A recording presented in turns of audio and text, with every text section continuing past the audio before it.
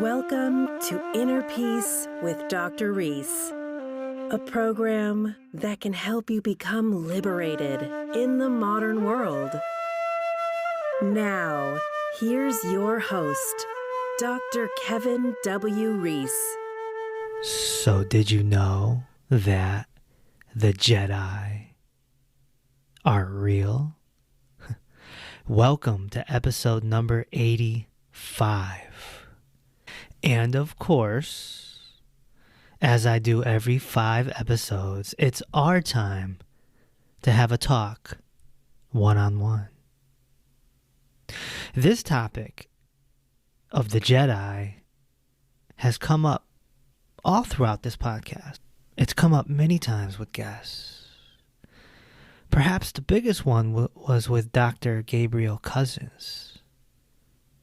It's pretty clear that this series of Star Wars is way more than a science fiction story. George Lucas, the creator, obviously had Eastern influences. It's pretty vivid that he wanted to teach the Western world lessons, and he did it through Hollywood, science fiction. If you think that Star Wars is just some silly science fiction movie, you are very mistaken. At the time of this recording, Star Wars spans 11 movies and 4 series, all on, of course, Disney Plus. It's just this long 60-year story. And what George Lucas did essentially is he took politics and government and war and freedom of people, and he created a soap opera that's true to life. And he twisted it with science fiction and made it a galaxy instead of just a planet. And then he created a subplot throughout about these Jedi and Sith who operate with the Force. And the Force is what most people would call God. There's a lot to learn here. It's all there. I want to dissect that now on this recording. But first, I want to remind you that I need your support to keep my work in this podcast going. If you want to support, I encourage you to hit the link in the description and check out the Patreon page and sign up to become an exclusive member. I'll supply you with bonus material, and for the price of basically a Netflix membership, you help keep this car on the road, so to speak. And if you can't donate, that's fine. This podcast is going to remain free on Spotify and Apple and Google and YouTube. But the bonus material, such as the video versions, will only be for exclusive members on the Patreon page. So let's get into it. So in order to fully understand Star Wars and the Jedi, we have to understand the Force. This is the concept that George Lucas introduced to us in 1977 when the first movie came out. In that movie, which is episode 4, keep in mind the story was released out of order and still is to this day. But in this movie, when Luke Skywalker is inquiring about this force, this mystical force, Obi Wan Kenobi tells him, the Force is what gives a Jedi his power. It's an energy field created by all living things. It surrounds us and penetrates us. It binds the galaxy together. Unquote. Very, very important understanding here. Essentially what he's saying is electricity. Now, later in the Star Wars story, in the Clone Wars series, we find out that there's two forces. There's living force and cosmic force. And the cosmic force is what gives birth to the living force. Taoism in ancient China has gotten this completely right. The yin and the yang, the black and the white. In Taoism, this living force is called qi. It's qi. It flows through us. It's this electrical energy that flows in us, to the trees, to your dog, to the deer in the backyard, to the clouds. Everything that's alive, it's an energy that flows through us. The cosmic force would be called Tao. That's the great Father that gives birth to this energy field. In Christianity, it's translated as the Father and the Holy Spirit, or the Holy Ghost. The Holy Spirit is the Qi. It's the living force. And then the Father is the Tao. God is the Tao, or the cosmic force, as it's called in Star Wars. So this is a very important understanding. In episode 38, Santos Bonacci broke it down scientifically. Magnetism, electricity, and dielectricity. So, maybe I'll just play a clip and let him tell you instead of me. Their development is very, very limited. So they are dealing with electricity because they can only relate to the vibration wave. They're not relating to the radiation wave, which is back of and superior to the vibratory wave. The radiation wave is pure. The vibration wave in theology is described as impure. It's the god of the impure world. So you're probably differentiating electricity from magnetism, which is what I do. And if you are, well, then that's correct. That's the correct way to do it. Magnetism is superior to electricity. It is the mother of electricity. It is 10 billion times more powerful than electricity. Thank you, Faraday and Maxwell and Steinmetz and all the greats. It is a radiation wave. It is pure white light. It has no vibration to it. It does not decay. It is forever expanding. It is radial, hence radiation. And electricity is a hybrid, but it is responsible for producing all of the material world. Magnetism does not penetrate into the material world. It is providing the energy for it. It's providing the radial pressure. And then the vibration, which is a transverse wave, that is what creates the illusion of time and space, because you've got wave amplitude and wavelength. Wavelength is time, wave amplitude is space, and only electricity can do this. So the materialists, their primary mode of seeing the universe is through electrical eyes, vibration. Yeah. Now, Santos, would you say that when we go deep into meditation and some of us can become self-realized, as the term sometimes is, enlightened, is this why light can be seen by people that reach these states? Yeah. White light is pure light. It is the other half of the yin and yang, which is black and white. Black light is dielectricity. White light is magnetism.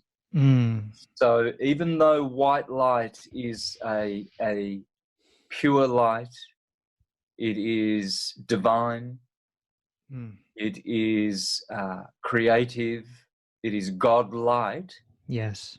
Nonetheless, the black light is the true light of our resting source, because white light is motion.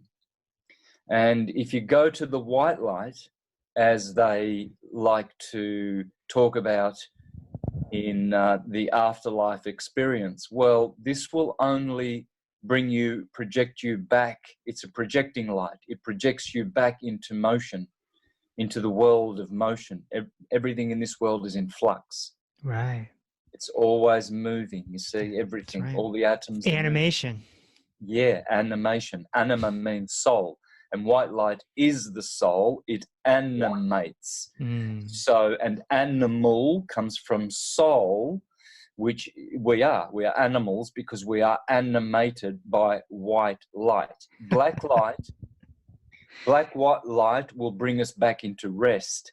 And black light holds the key to its modality. If you look at the word black, you remove the B, and then you have the word lack, because there is no lack in black light. It has everything, and that's the light you go back to. When you remove the L now you have the word back, because you go back to the black light. If you remember that, you'll find that the true teachers of transcendental science always taught, do not go to the white light. It's good light, it's beautiful light, but it's the light of projection. It's the light of unrest. Okay, so there's that clip. And Santos has been studying for years, and he's a top world-class researcher and experimenter. So what I get out of that is electricity makes up the material world. It's what's behind it. It's the atoms. It's the energy behind the cells, behind the form. But it's powered by magnetism, which is the white light. And this would be the Force in Star Wars. It's the pure white light, the radiation wave. It's animation. So in Star Wars, when a Force-sensitive person is trained, they can use the Force to their advantage. And of course, in the science fiction story, it's them picking up rocks and moving them around, or anytime a Jedi fights a droid, a robot, they're going to win because they're up against metal. So they can move the material world. A Jedi can move the material world by using the Force. A robot stands no chance against a Jedi. It stands a big chance against a regular human, even with guns and swords, but not against a Jedi, because a Jedi can take their hand, project the Force to them, close their hand, and just take the droid and throw them up against a wall, even if they're 20 feet away. They can use the Force to their advantage. Okay? But then there's something giving birth, there's something backing up magnetism. And from what Santos says, that's dielectricity, which is the black light, the source. Now, this is backed up by Vishrant. We've had Vishrant, an enlightened master, on this podcast twice. And he has said that when he rests in his beingness, it's pure black. It's what Gautama the Buddha referred to as nothingness. And even though it's black, you're surrounded by a love and a bliss, a feeling of love and bliss. But your body is gone. This is also backed up with the episode I did with Peter Panagore, who had 2 near-death experiences. And in his death, he describes going into a blackness. But again, it was loving and compassionate. So it sounds like there's a source and there's a force. And the source is black and the force is white. And in Star Wars, again, this is called the living force and the cosmic force. Now, in the story Star Wars, what happens is some children are what's called force sensitive. In other words, even as a baby, their parents or their family are noticing that they have powers, so to speak. The Force is strong with them, as they would say. And so we see this in the very popular Star Wars series, The Mandalorian. We see it with Grogu, what most of the world calls Baby Yoda. He's a baby, and he's Force sensitive. There's this classic scene to me in The Mandalorian where this kid doesn't want to give Grogu a cookie. So Grogu gets upset, and he's like, okay, well, I'm going to take the cookie. So he reaches his hand out, the cookie comes right to his hand, he eats it. And he's just a baby, he can't even talk. And he's an immature being, right? He can't even talk, he's a toddler. He had a little temper tantrum, and he took the cookie by using the Force. So this is a good example of how the Force is portrayed in this science fiction Star Wars story. Grogu, aka Baby Yoda, needs to be trained in order to become a Jedi. In other words, you're not born a Jedi. You're born Force sensitive. And from what we can tell, it is genetic. The way it's described in the story is there's these elements inside of us called metachlorians. And when your metachlorian count is high, you're Force sensitive. This is what Spencer Clayton calls junk DNA. And that's actually in the next episode, episode 86. We talk about that. So some people have a high metachlorian count. Also in The Mandalorian, the bad guys are trying to get Baby Yoda because they want his blood. They want his metachlorian count because they're going to use it for something bad. Okay? But, Grogu taking the cookie, he's wielding the Force. And that's why someone like Grogu is a danger. And they say that in The Mandalorian. They say that like he needs to be trained because if he gets angry, he's going to use the Force and he can hurt people. So he needs to be trained so that he doesn't hurt people. When you get angry or scared and you use the Force, that's what they call the dark side. And when you go to the dark side, that's in the story is no good. When the Mandalorian brings Grogu to Ahsoka Tano, she says, I can't train him. He's like, why? And she says, because he has a strong attachment to you. Little Grogu looks at the Mandalorian as a father figure. That's the attachment. And that attachment will make him scared or angry if something happens to the Mandalorian. That's what happened to Anakin Skywalker when he turned to Darth Vader. And this is a huge lesson in attachment. And of course, in mysticism and inner peace, we try to get rid of our attachments as best as we can. But we'll come back to that. So yeah, in the story, it seems to be a genetic thing. In other words, Luke Skywalker he was Force sensitive because his father was Anakin Skywalker, right? And so it does seem to be a genetic thing as far as the story goes. So what happens is the Jedi come and look for these Force sensitive children because they want them to become a Jedi. So let's talk about that. A Jedi is a mystical warrior, someone that's Force sensitive, and they become part of an elite group in Star Wars, like what the Navy SEALs are to America. They're an elite group of warriors that do their best to keep the peace, and they're a unit of the government. That's what the Jedi are in Star Wars. Their adversaries are what's called Sith, and there's only 2 of them. And the Sith are, again, force sensitive people, but they use it for bad. They use it for their own way and to get more of a dictatorship society. But the overall term that's used in the Star Wars stories is a force wielder. In other words, someone that can use the force to their advantage is a force wielder. If they go be a Jedi or they go be a Sith, that's a different label.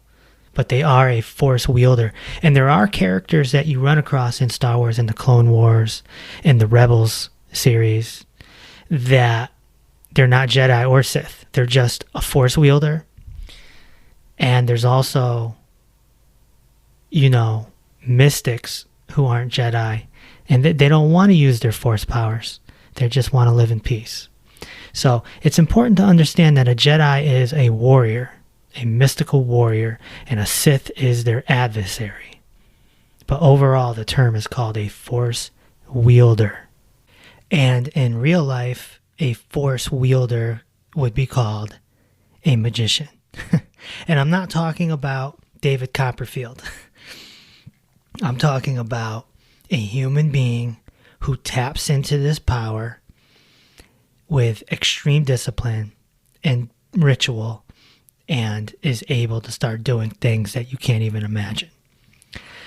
Now, can they do everything that a Jedi or Sith or Force wielder in Star Wars can do? No, because there's creative freedom. George Lucas has creative freedom to create a science fiction movie.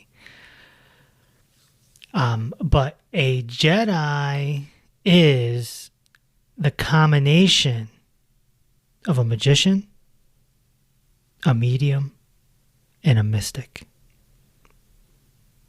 I think I'm going to do a whole episode on these 3 M's because they're really important to understand and they get a bad rap, especially with Christianity. Christianity is afraid of everything that isn't Jesus. Even though Jesus was a magician and a mystic. But so a mystic, a magician, and a medium are all slightly different. But together, with a science fiction twist, they're Jedi. In the Clone Wars animation series, it was revealed that the main bad guy, Palpatine, the senator who became the chancellor, who was really a Sith Lord behind the scenes, he manipulated the whole thing. Kind of like he turned it from a democracy to a dictatorship. But he was a Sith Lord behind the scenes, and it's revealed that he does magic. Like he does actual rituals. And, that's something you don't see in the movies. That's why the Clone Wars is so important to the story. You can't know Star Wars without the Clone Wars series at all. So that's why I say there's magic involved in this whole thing. And there are magicians in this world.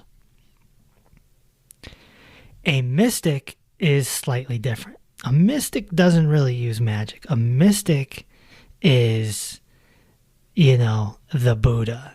A mystic is Osho or Gurdjieff or Jesus. A mystic, you wouldn't recognize a mystic if you ran into them at Walmart. Remember when I told you the story about me meeting the blue antelope in episode number 20? I didn't even know what a mystic was when I met him. But a mystic is someone who, through the practice of contemplation, meditation, openness, present moment, begins to merge with this nothingness, this blackness that we spoke about. And it's about experience and not belief. It's about dropping beliefs and just going off of experience and finding a great inner peace, a great acceptance. But a mystic doesn't care about magic. A mystic doesn't care about mediumship. Mediumship is someone who's born with the gift, and perhaps it's the pineal gland, the third eye, where they can communicate with either the dead or spirits or what have you. And, they're psychic. They can see the future a little bit. So a medium isn't a mystic. A mystic is more of a lifestyle. A mystic is a practice of inner peace. It's mysticism. It's almost like its own thing. Its own religion without the praying and this, that, and the other. But people get it confused with magic. It's not magic. Magic is something different. That's when someone's trying to play around and hack into the system. You're trying to hack into the force, so to speak, and have it your own way. The law of attraction could be considered magic because you're using your imagination to, make your desires come to life. And mediumship, there's nothing a medium can really do. Like, that's their gift and their curse. I've never met someone who, becomes a medium at 30 years old. No. You meet a medium, they'll tell you they're having experiences when they're 8 years old, 9 years old. Like, it's just with them, and they got to figure it out. And so Jedi do have images and visions and premonitions, and so you could call that mediumship. So again, all three M's, because the mysticism part is their philosophy, and we'll get into all the quotes later on. But a Jedi's philosophy is very mystic. It's very Jesus, very Buddha, very Osho, very Gurdjieff. It's very Jalaluddin Rumi. It's very don't let your thoughts betray you. It's real. It's the real practice. It's everything that I've been trying to portray to you for 85 episodes. And how to find inner peace. So something else that's portrayed in the Jedi culture, in the Star Wars culture, which is very real, is the term master. Now, master is not something you hear here in the Western world. We don't use the term master. We don't like the term master.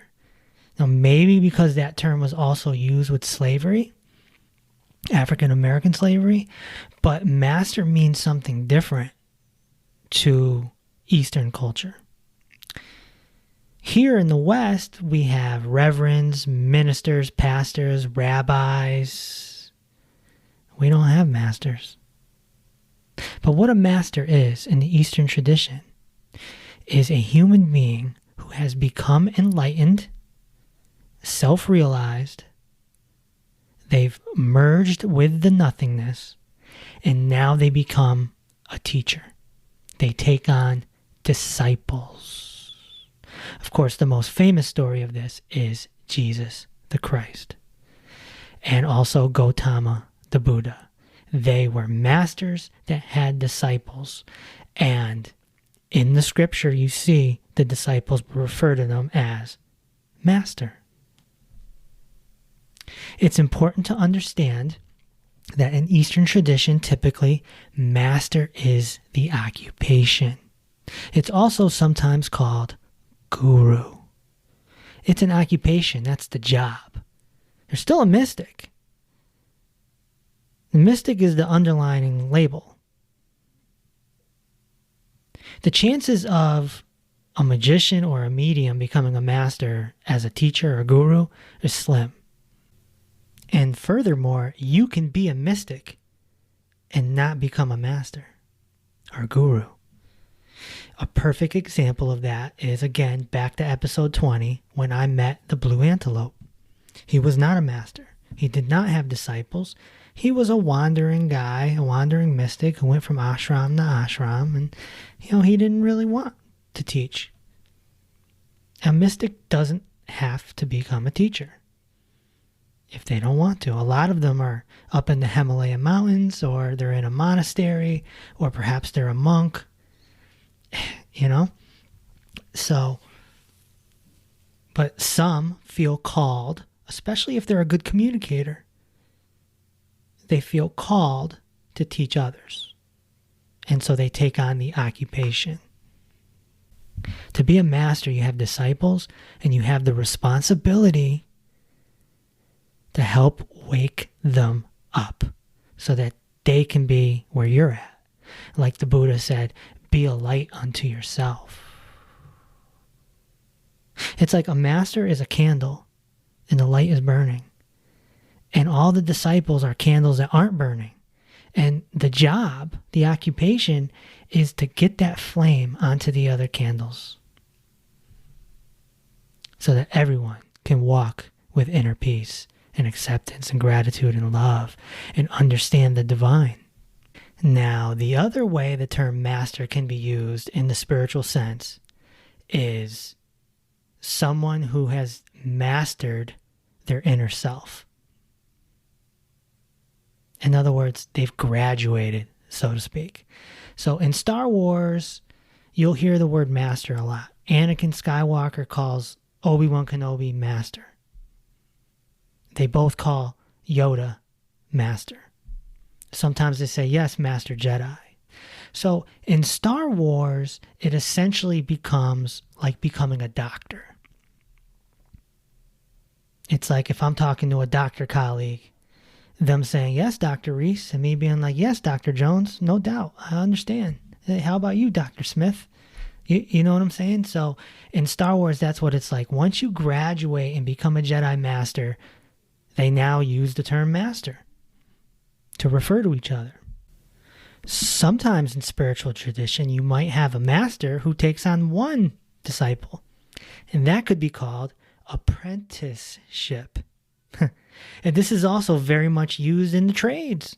If you're studying to become an electrician, you'll become an apprentice of a master electrician, right? Or a carpenter, whatnot.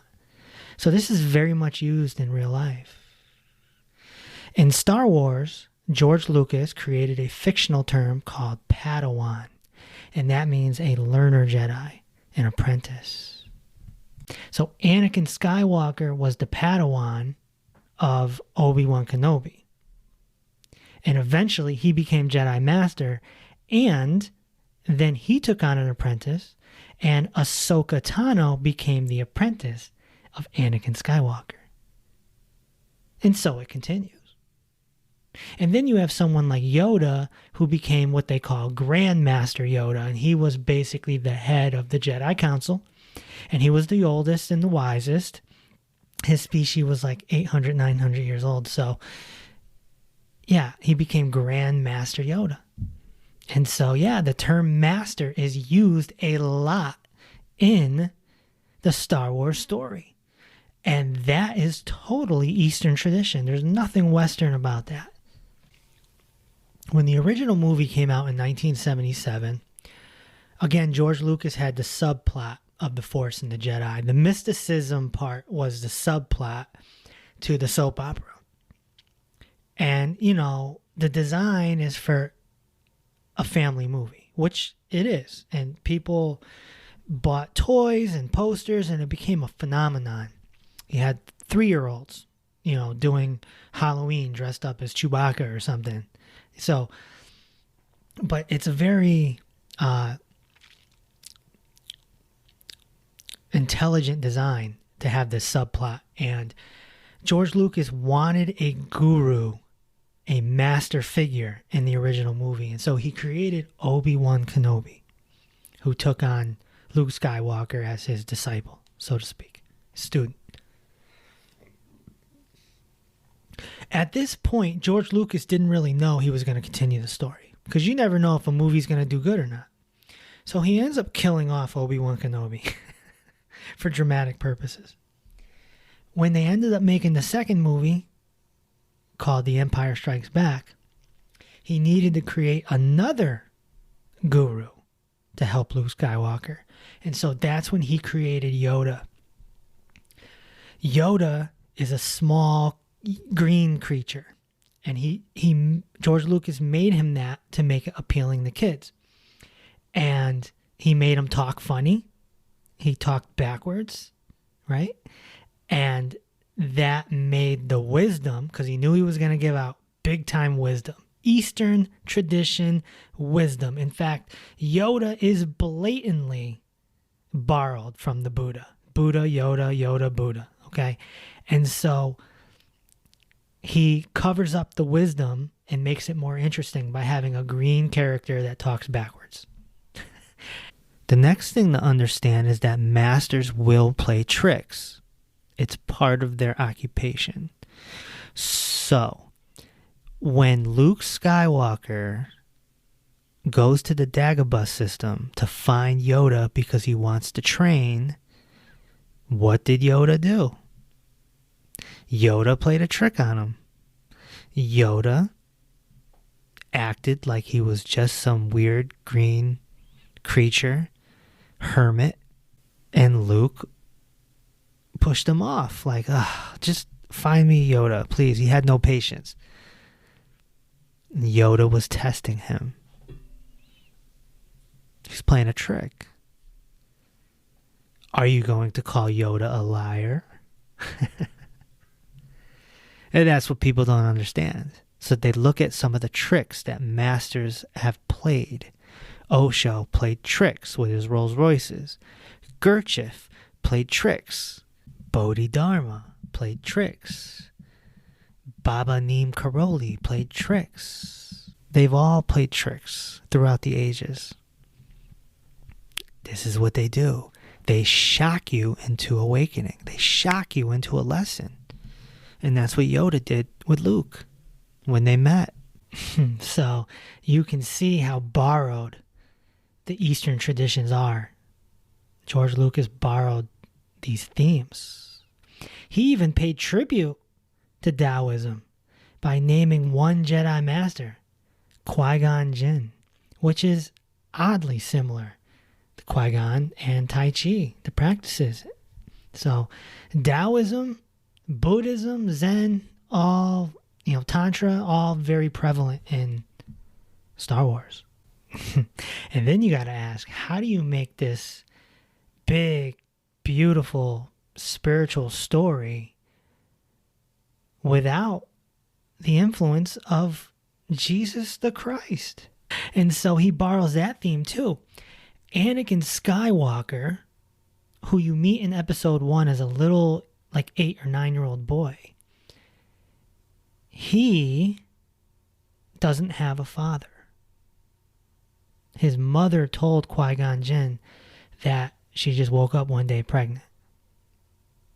Okay?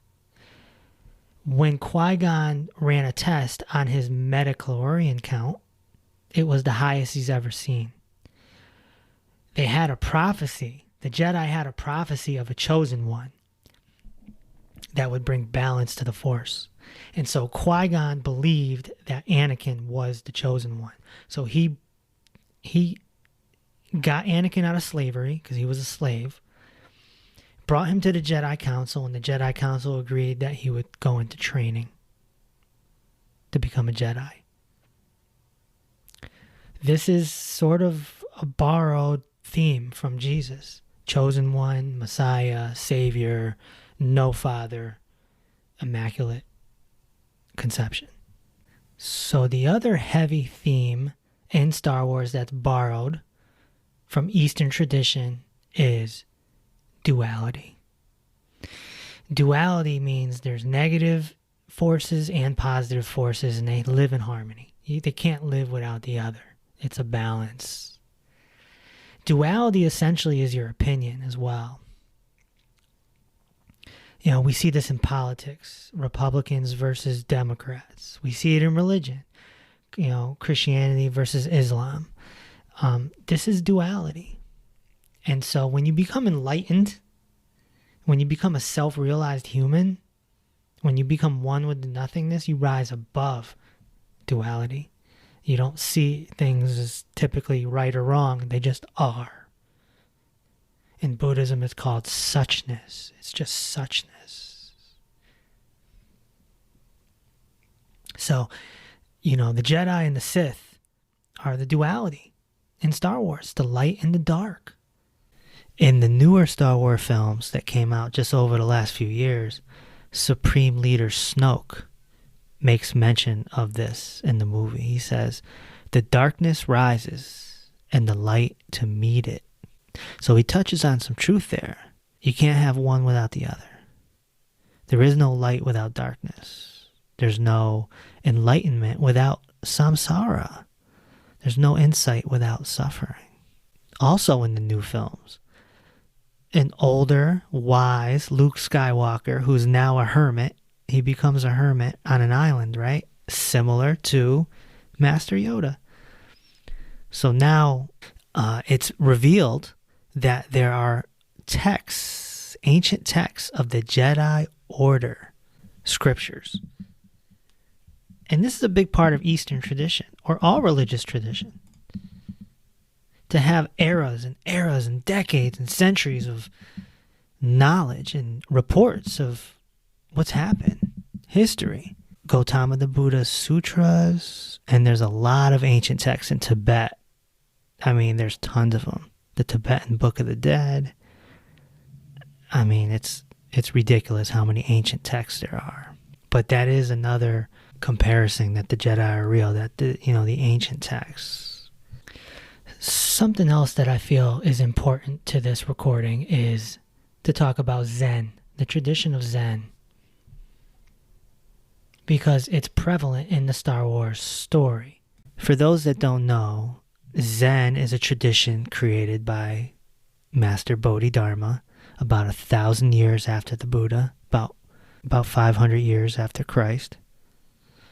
And Zen is essentially a hybrid between Buddhism and Taoism.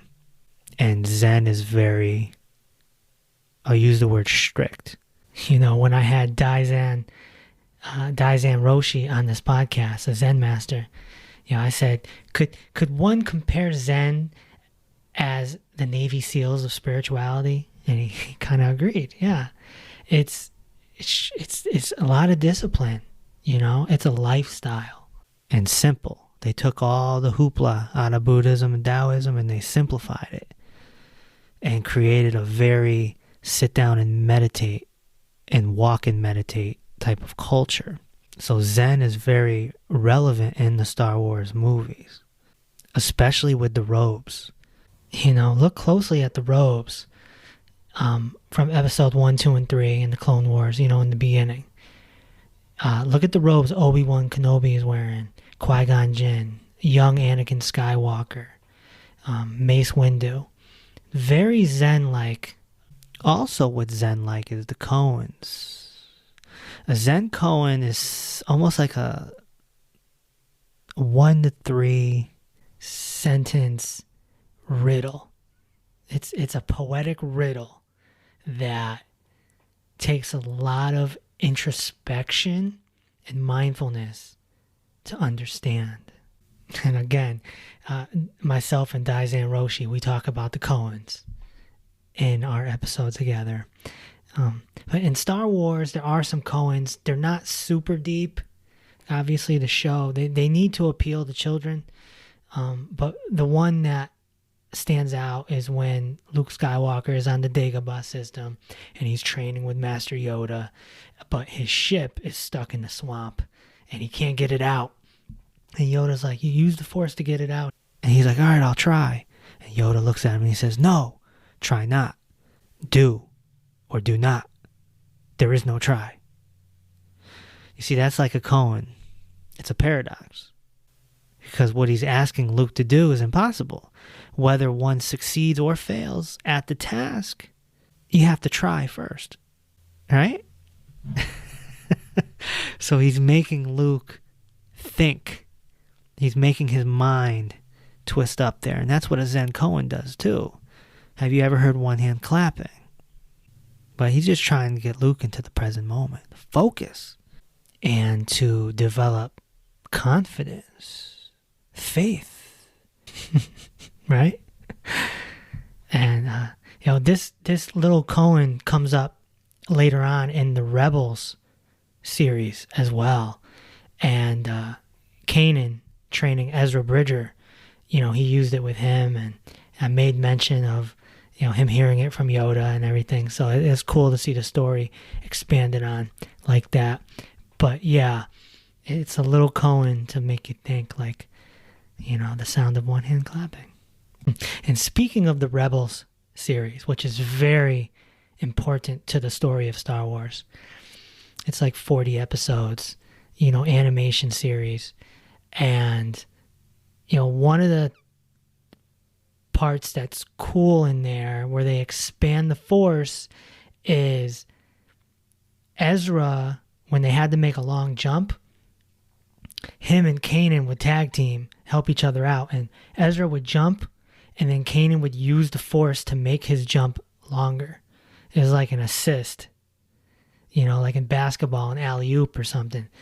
So, these Force-sensitive people in the story have the power or the ability to really move things.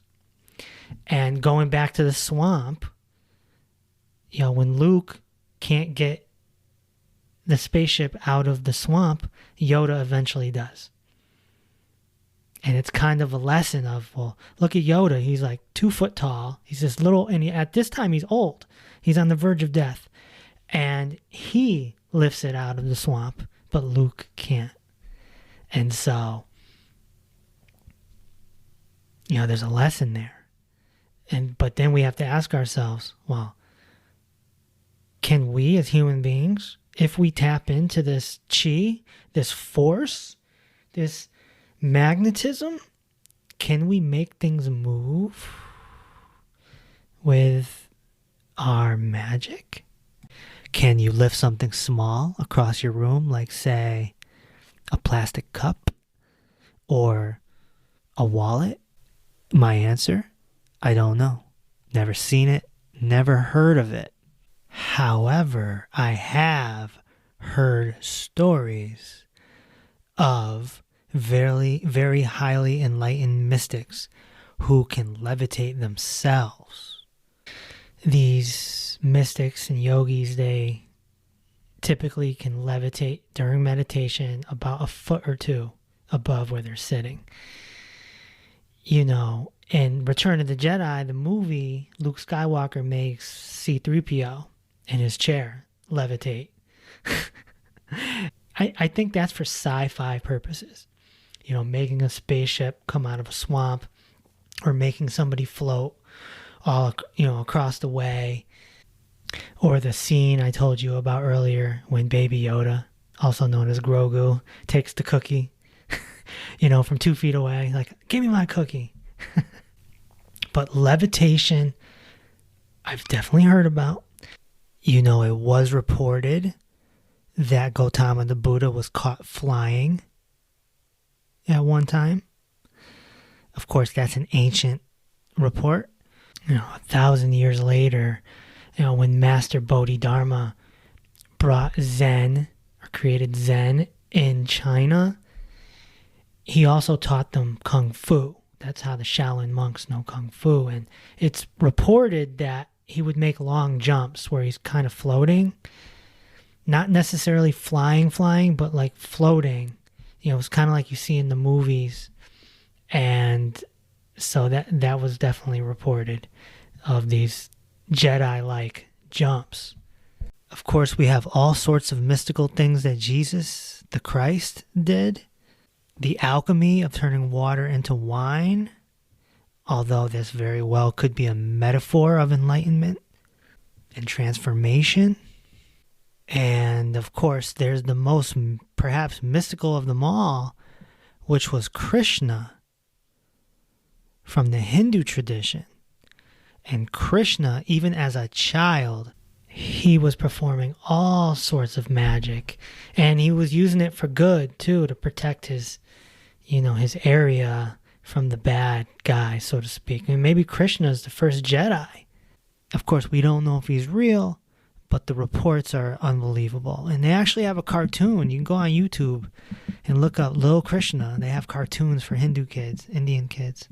So the magic that Jedis and Sith use in the Star Wars stories. More than likely, it's exaggerated for science fiction story purposes.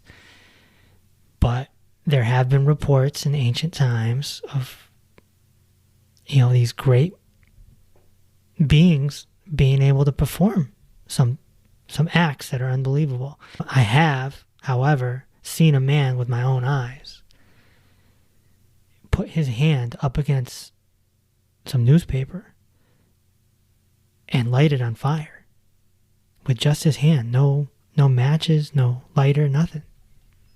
It's just the chi, the energy. He heated it up. And that's the ancient, Taoism of using your own energy. The Force, if you will. Okay, here's another thing that we have to discuss from Star Wars.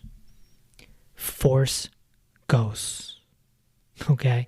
Now, we learned in the second movie, The Empire Strikes Back in 1980 or whatever it was, that Obi Wan Kenobi came back from the dead to talk to Luke Skywalker.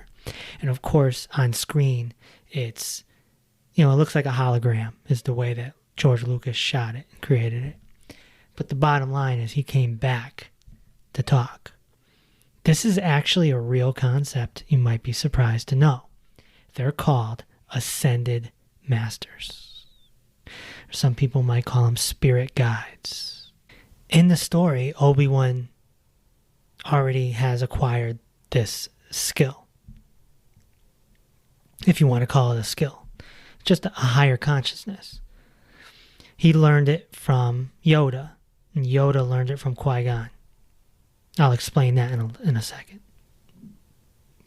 But in the original Star Wars movie, Obi-Wan knows that when he dies, he's going to still be able to come back and help Luke. He knows that. So he allows his death to happen. In the classic scene when Obi-Wan is fighting Darth Vader, and Darth Vader is about to kill Obi-Wan, Obi-Wan says to him, "If you strike me down, I shall become more powerful than you can possibly imagine." And that's what happened. Darth Vader struck him down. So, how does this relate to real life? Have you lost your mind, Kevin? Well, if you go back to the episode with Dr. Robert Morse, the first one, episode 49, we talk about this. And Dr. Morse has lots of experience with these spirit guides, with these ascended masters. Okay? It's been talked about for ages and ages. In order to become an ascended master, the understanding is that this person needs to become enlightened as a human first before they die. This is discussed in detail in the next episode with Spencer Clayton. And he explains that these masters, they die and they go into the 5D, the fifth dimension. And then they're able to come back and help humans. Those that want to be helped. So George Lucas has borrowed this concept, which is a very esoteric, very deeply spiritual concept. Because it's not just a ghost, it's a guide. And that's different. That's different than the ghosts and goblins, boo, Halloween stuff. This is beyond paranormal. This is more spiritual. This was very prevalent in the work of Paul Twitchell and the ancient practice of Ekankar. When Osho was dying, he claimed that the Buddha, Gautama the Buddha himself, came and visited. And speaking of the Buddha, when he was dying, he claims that beings came to him. Back then they called them devas. D-E-V-A-S. Devas. Sometimes called angels as well. Many people have seen angels. talk to angels. Jesus the Christ came back right away after his death, talked to his disciples.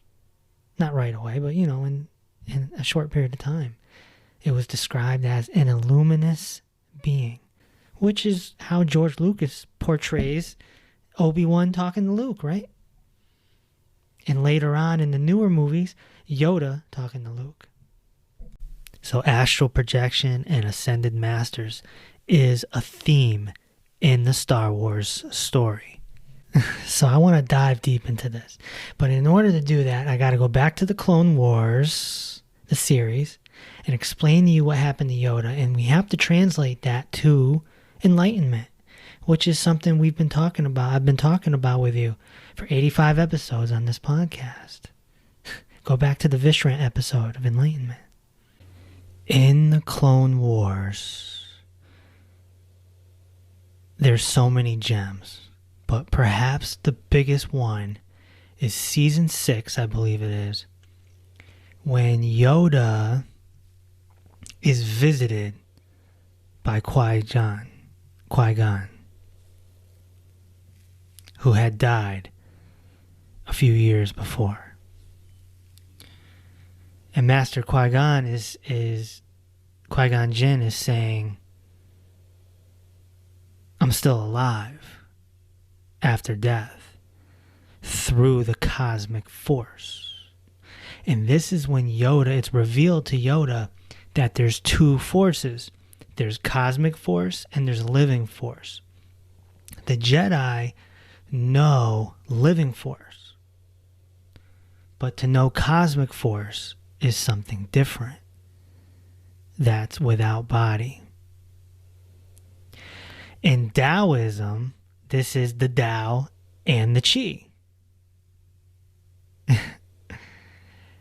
In episode 38 with Santos Bonacci, he broke this down for us scientifically. If you go back to that episode and check it out, you can connect the dots. There's always two forces. You don't have to call it force if you don't want to. Divine substance, God in Christianity, right? It's God and the Holy Ghost or Holy Spirit. But there's always two. In Judaism or mystical Judaism, Kabbalah, you have the Shekinah. The Shekinah is the feminine force. In some Indian traditions, you have the Kundalini. So there's all these things that match up. But regardless, this teaching is revealed to Yoda.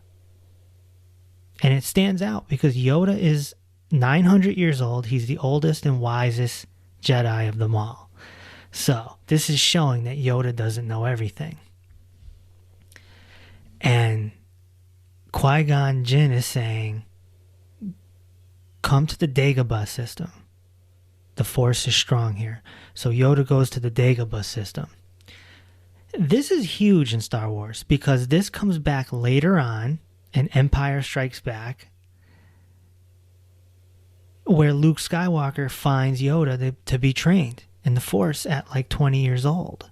So this explains how Luke Skywalker became so powerful at a late age. Usually a Jedi is trained at a young age, but he's like 20 years old. But he's going to Master Yoda in the Dagobah system, which is where Qui-Gon Jinn brings Yoda. Then he instructs him, because Yoda's baffled. He's like, you're dead. How can you be talking to me? And he's saying, because I was taught through the cosmic force by so-and-so. So he instructs Yoda to go to another planet that nobody's really ever heard of. So Yoda goes there, and he's greeted by these beings who kind of float around. And they tell Yoda that he has to conquer himself and know his true self in order to become free. And Yoda is like, I'm Yoda. What are you talking about? I'm clear. I'm clean. And they're like, oh, okay, well, go in this cave or go in this whatever it is. Yoda goes in there and he's greeted by the dark side of himself. He's greeted by his dark side, this little beast and he has to fight this beast. And finally he defeats the beast, and these beings show up and they congratulate Yoda and say, Yoda, you have killed your hubris. And Yoda's baffled because he's like, I thought I was clean, I thought I was perfect, you know. And he's finding out that he's not. The next stage of training is he has to go into another tunnel, or whatever you want to call it, and he has to face projections. And so he comes across Count Dooku, who was his old apprentice who turned bad, and he had to face Ahsoka, who, you know, he screwed up earlier and mistrialed her, and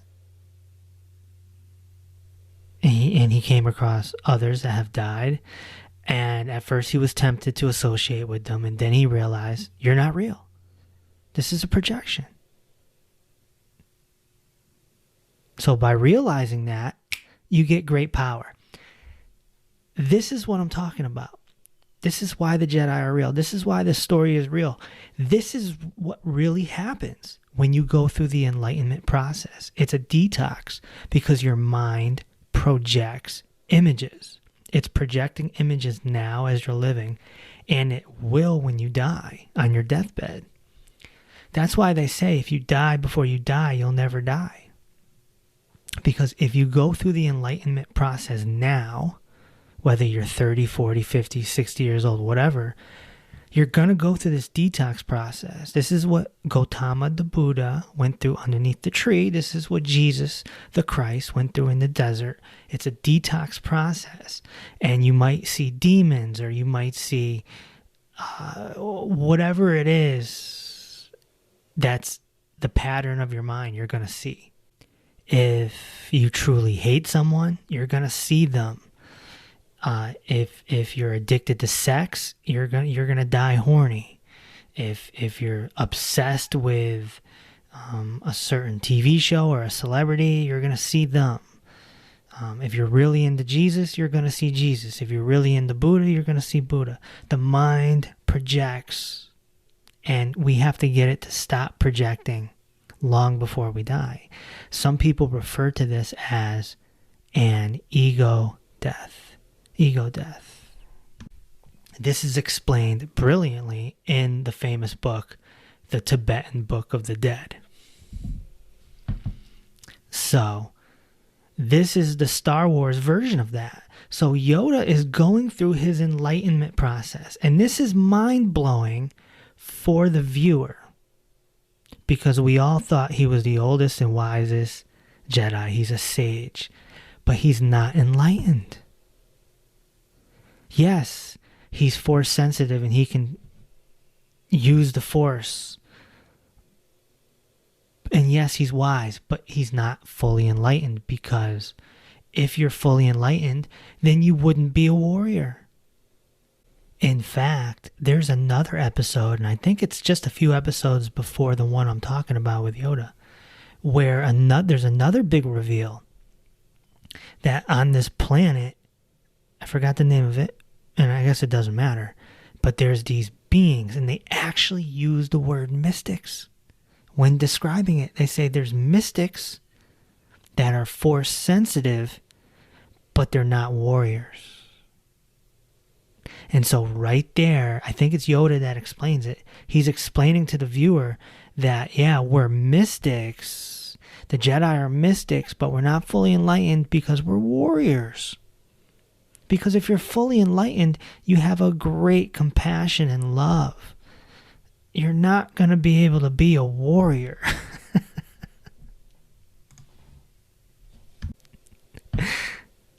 This is a huge message inside of Star Wars, inside of the Clone Wars animated series. So many gems. You have to face your dark side, the shadows within you. You do, I do, we all do. And when we do that inner work, and it is work, it doesn't just happen. You have to put in work. This is described in the episode I did with Daizan Roshi, the Zen Master. This is in the episode with Dr. Gabriel Cousins. It's in many episodes. We've been talking about this on the podcast for week after week after week. And it's brilliantly broke down with Shinzen Young, who I did an episode with, and we talked about the detox process. And he breaks it all down very vividly. And so they've taken this story of enlightenment and they've given it to Yoda. And these 2 episodes in season 6 detail Yoda going through this enlightenment process. And when he's done, he will know that death is only the beginning. And from a story standpoint, this is huge because it comes back. It comes back in The Empire Strikes Back, which is probably the most famous Star Wars movie. It came out in the late 70s or whatever. This is how Yoda and Obi Wan Kenobi end up coming back as what they call Force ghosts. And if they weren't able to come back as Force ghosts, then they wouldn't have been able to lead Luke Skywalker through his process and bringing balance to the Force and defeating Darth Vader and the Emperor, etc. The Force ghosts represent ascended masters. Once you become enlightened, and this is talked about in the episode Junk DNA, which is next, episode 86. You pay attention to Spencer Clayton. We talk about ascended masters. We also talk about the metachlorians. That's the DNA inside all humans with the great potential. The cosmic force, the living force, the metachlorians, they all come together. And we can realize that we are not our bodies. We are not our minds. We're something else. And it won't be revealed to you until you die. But you can die before you die. If you're listening to this right now, understand that you can die before you die, and then you'll never die. It's called enlightenment. It's called self-realization, whatever you want to call it. Your original face. If you die now, in other words, your desires drop away, your hubris drops away, all your attachments drop away, and your mind stops projecting, you're in heaven. You're living in heaven. The kingdom of heaven is within you. And this is all portrayed so brilliantly in the Clone Wars animated series.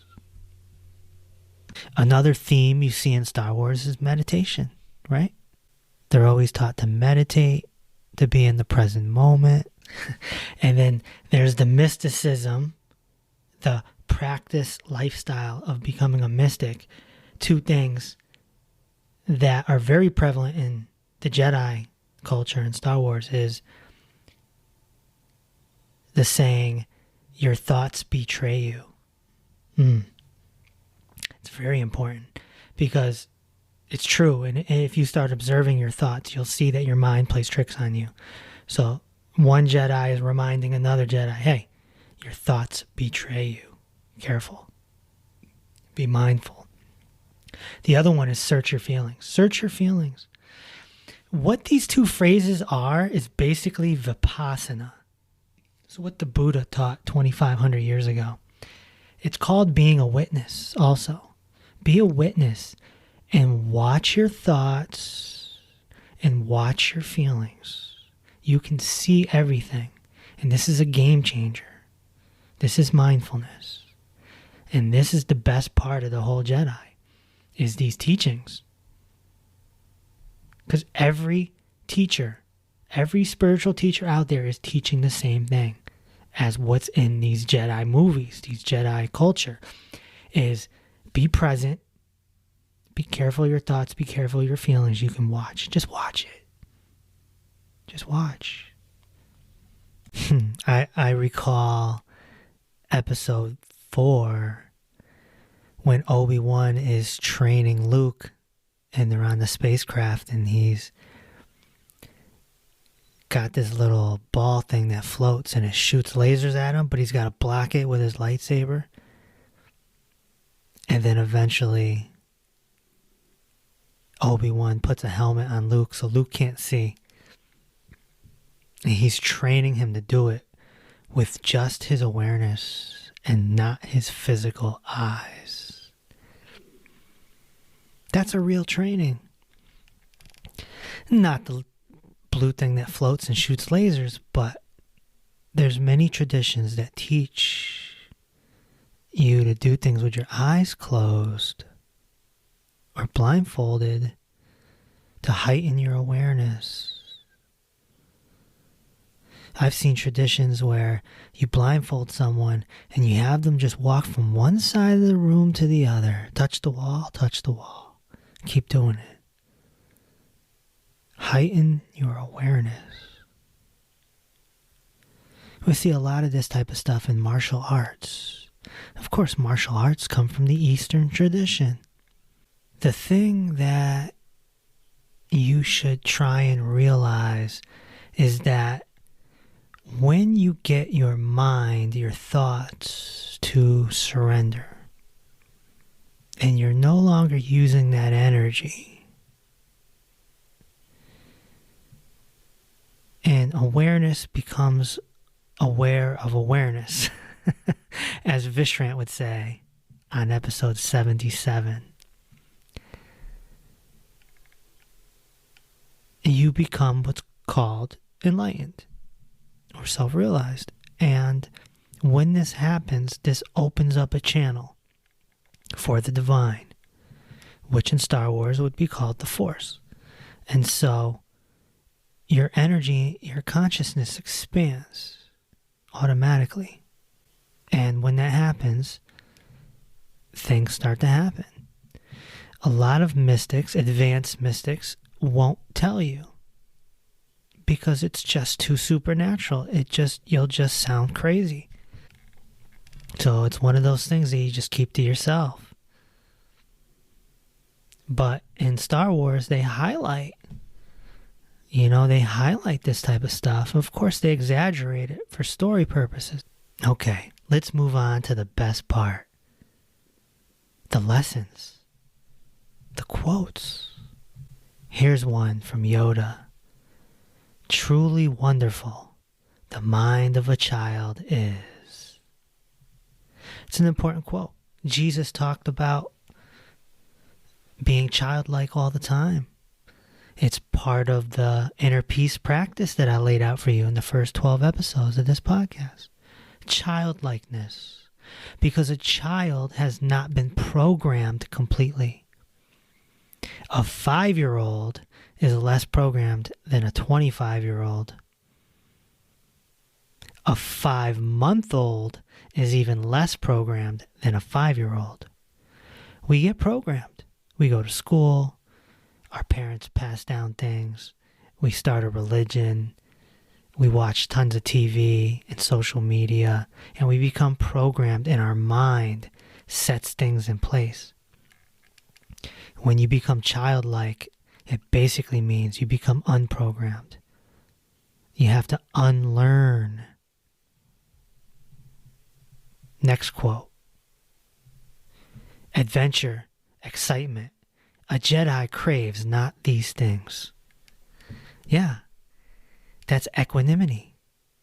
Equanimity means your mind doesn't react. Whether it's something exciting or something super down and sad or negative. You're equanimous. Even Steven. Here's another good one from Master Yoda. Fear is the path to the dark side. Fear leads to anger. Anger leads to hate. Hate leads to suffering. Now this is straight Buddha right here. This is Buddhism 101. The Buddha and the Four Noble Truths laid it out for us. He wrote the blueprint for every human being. And the first noble truth is suffering is real. We're going to suffer in this life. But eventually he tells you you don't have to, because it's from the mind. Let's go back to the quote. Fear is the path to the dark side. It leads to anger. Anger leads to hate. Okay, fear, anger, hate, all from the mind. Completely made up illusions from the mind. What you think is not real. You know this. If you close your eyes right now and you think of whatever your image of Bigfoot is in your backyard right now, can you close your eyes and do it? Yes, you can. Because your mind, your thoughts are powerful like that. You can envision it. You can envision something sexual.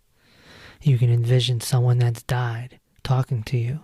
You can envision all this stuff. It's all fake. It's not real. Fear, anger, hate, not real. Creating it with your mind. So the mind is creating suffering, is essentially what Yoda is saying here. And of course, it's taken from Buddha. Here's my favorite one. You ready? This is from Empire Strikes Back. This is the late 70s. Yoda tells Luke, luminous beings are we, not this crude matter. That's the best. He's saying, you are not your body. You're a luminous being. You're light. You're energy. Your consciousness. You are not your body. We've been saying this for 84 episodes on this podcast. And Gautama the Buddha said it 2,600 years ago now or so. Everyone's been saying it. We are not the body. Luminous beings are we, says Yoda.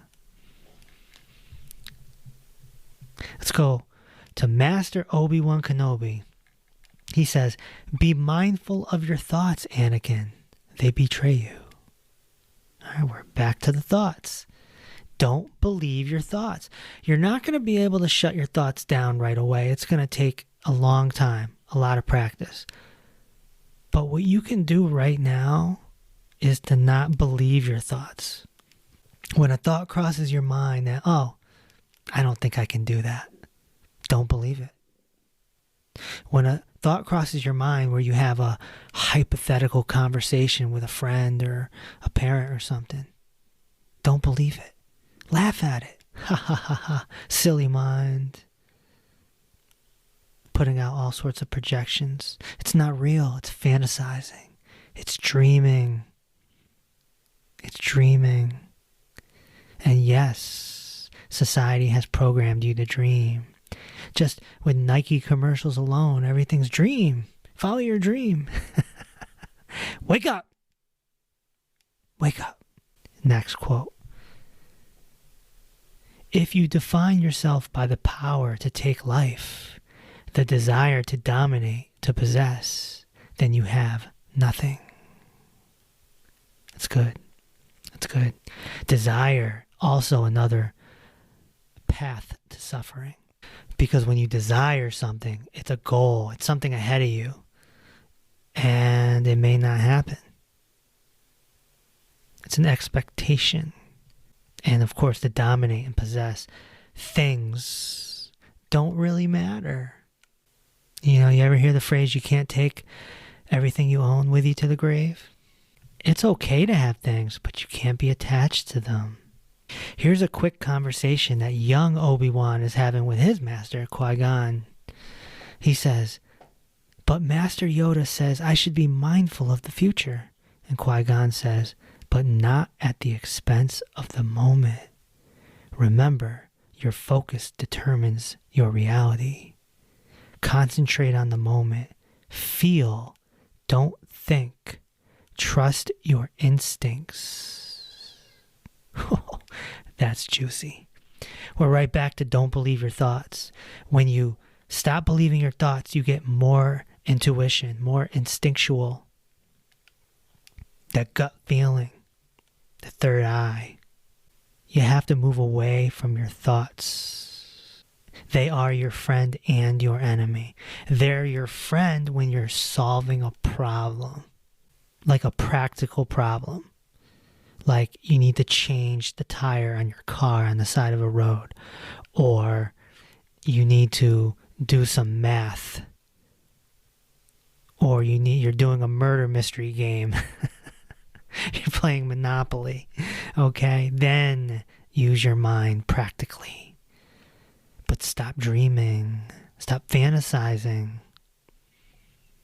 Like Qui-Gon says, stay in the moment.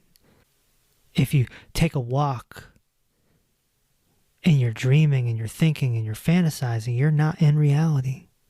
You're missing the birds, you're missing the sky, you're missing the squirrels, you're missing the sounds, you're missing everything.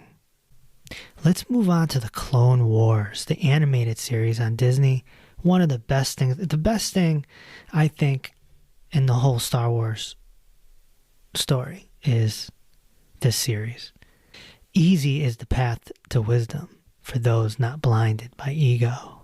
Ooh, yeah, ego is our false self. This is our pride. This is our importance, right? I did a whole episode on ego, episode 12 or 11. I forgot, one or the other. Ego blinds us. It starts around 2 years old, the terrible twos, and it's nice and crystallized by the time we're 13. And then we start suffering. From 13 on, we just start suffering. Through the high school years, the pimple ruins our life. Your first girlfriend or boyfriend breaks your heart. We go through this whole ego suffering, and it continues to your death unless you change it. And if you're listening to this podcast, then you must have a gut feeling that you wish to change it. Here's another good one. The best confidence builder is experience. Such a simple quote, but we're right back to the whole mystic definition. It's all about experience. Ooh, here's a good one. Most powerful is he who controls his own power. Oh, that goes back to what I was saying about if you do develop a power, if you do end up with psychic ability, or you do end up levitating, or you do end up, having great mystical experiences, you may want to keep it to yourself. Keep it to yourself. Now, maybe you have one confidant you can talk to. This is where the master-disciple relationship comes in, or at least having an awakened teacher that you can talk to and get confirmation. Here's another good one. The winding path to peace is always a worthy one, regardless of how many turns it takes. And that goes with the entire podcast theme. Peace is what you want. To not be shaken, where nobody can disturb you. Oh, here's a good one. Greed and fear of loss are the roots that lead to the tree of evil. Greed and fear of loss. We're talking attachment. We're talking about you being attached to something and you don't want to lose it. Your house, your car. Attachment leads to the dark side, essentially, is the theme. Okay? This is what Osho was trying to send the message of with his Rolls Royces and his diamond watches. He wasn't attached to them. You can take them away. It didn't matter. You don't be attached to the material. The material comes and goes. It's always impermanent. Always impermanent. What did the blue antelope, the biggest lesson the blue antelope gave me in 2012 at the ashram? He said, your practice will protect you. So no matter what happens in your life, it could be the most crazy thing. It could be a hurricane blowing your entire life away. Your practice will protect you. Or it could be something quote unquote good. You could, win the lottery. Your practice will protect you. So there's some good quotes from the Star Wars series. And there's more than that. There's novels, there's comic books. I mean, the Star Wars universe is massive. And what they did was, I don't think it was George Lucas. I think they brought in other people and he licensed it out and they created it. But the universe is huge. You could go back to Jedi Knights and Sith Lords from centuries before the Star Wars stories even start.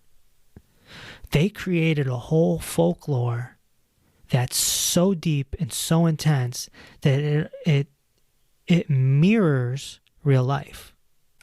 And when I say real life, I'm talking about the centuries and centuries of spiritual tradition, of the mystics, of the gurus, the masters, the saints, the monks, the sages. It's all there. And there's fanboys out there that are so into Star Wars and they learn the whole thing. And they learn that, you know, this Jedi Knight from 1700 years ago did this and that. And the lineage comes all the way up to Anakin. And, you know, it's this whole thing. And I would just say, if you're going to put in the time and the effort to learn the whole Jedi/Sith lineage, which is fiction, you might as well push that to the side and learn the real thing. You might as well learn about Master Dogen and Master Bodhidharma and Lao Tzu and Chang Tzu and Jalaluddin Rumi and all the Kabbalah teachers and the Zen masters, the I Ching, Yogananda, Manly P. Hall, A Course in Miracles, George Gurdjieff, Don Juan Matus, the Tibetan Book of the Dead, the Tiger's Fang of Paul Twitchell, The Secret of the Golden Flower, the Zohar, coming all the way up to modern times with Ramana Maharshi and Neem Baba Karoli and Osho and even Eckhart Tolle and Sadhguru and Thich Nhat Hanh, Emmett Fox, and learn all the traditions: Hindu, Buddhism, Taoism, Christianity, Jainism, mystical Judaism, Mohammedanism, Islam. It's all there. You can put the pieces together, you know. But hey, if you want to do the fun, short version, then watch all 11 Star Wars movies and all 4 series. The Clone Wars series, the Rebel series, the Mandalorian series, the Resistance series, and of course Disney is releasing more series. You know, the Obi Wan Kenobi series is going to be hugely popular. I mean, it's going to be massive. And, you know, this is a crash course on spirituality, on mysticism, on inner peace. And you can even watch them in order, right? Start at episode 1, and you could go online and find the entire order so that you're going in a timeline, because it's not done in a timeline, in the correct. It's not linear. It's not shot linear. So, you know, that would be a crash course. But most people don't watch Star Wars and look for the lessons and look for the knowledge. They're just, you know, obsessed with the characters and caught in the story. But this is, George Lucas is, he's done something very special here, and it's just kind of under the radar. But at some point, you're going to have to make a decision if you want to start a practice or not. And that's what I hope this podcast provides for you. This podcast can be a part of your practice so that you can relax and become a Jedi. Thanks for listening to Inner Peace with Dr. Reese. If this episode opened your heart, Feel free to share on social media and tell your loved ones. Also, be sure to subscribe so you never miss an episode. Until next time, may peace be with you.